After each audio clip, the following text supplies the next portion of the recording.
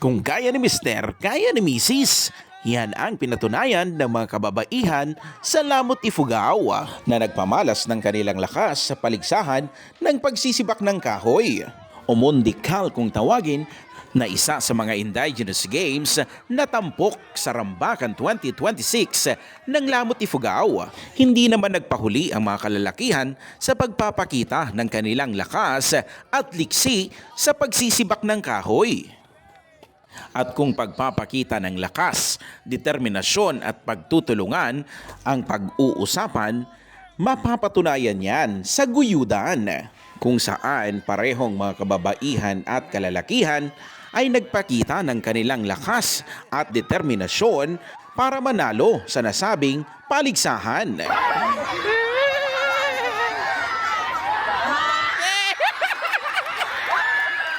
Ipinamalas naman ng mga kababaihan ng Lamot Ifugao ang kanilang talento sa pagbalanse ng rice basket o laba. Sa laba race makikita ang kasanayan ng mga kababaihan sa paggamit ng laba na pangunahing sisidlan ng kanilang mga ani sa bukid na ginagamit mula noon hanggang ngayon.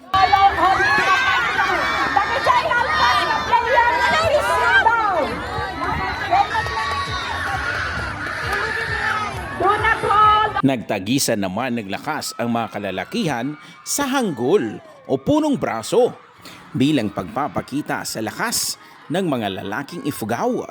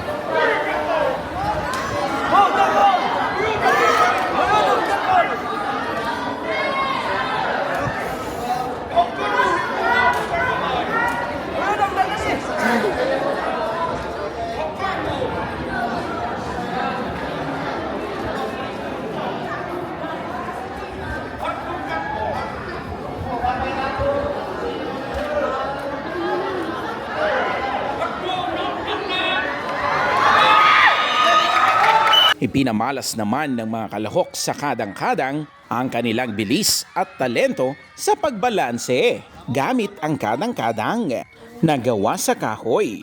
Hindi naman nagpahuli ang mga kababaihan na nagpamalas ng kanilang liksi sa kadang-kadang gamit naman ang baon ng nyog. Ipinamalas naman ng mga kalahok sa Munbayo ang kanilang kakayahan at kasanayan sa pagbabayo ng palay.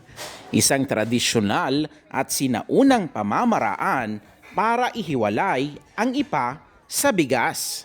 Makikita din dito ang pagtutulungan ng mga kalalakihan at kababaihan.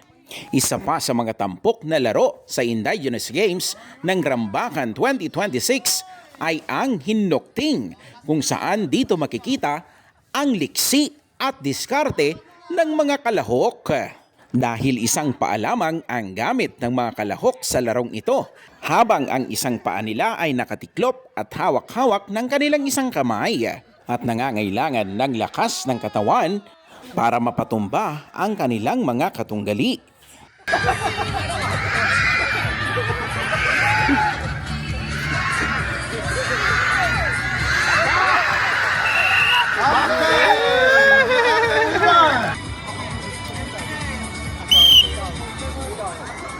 Kilala ang mga kalalakihang Ifugao sa kanilang lakas at tapang, at kitang-kita ito sa mga kalahok sa larong bultong na walang takot sa pagharap at pagpatumba sa kanilang mga katunggali. Sa pamamagitan ng mga traditional games na ito ay maipapakita at mapapanatili ang kultura at tradisyon ng lahing Ifugao.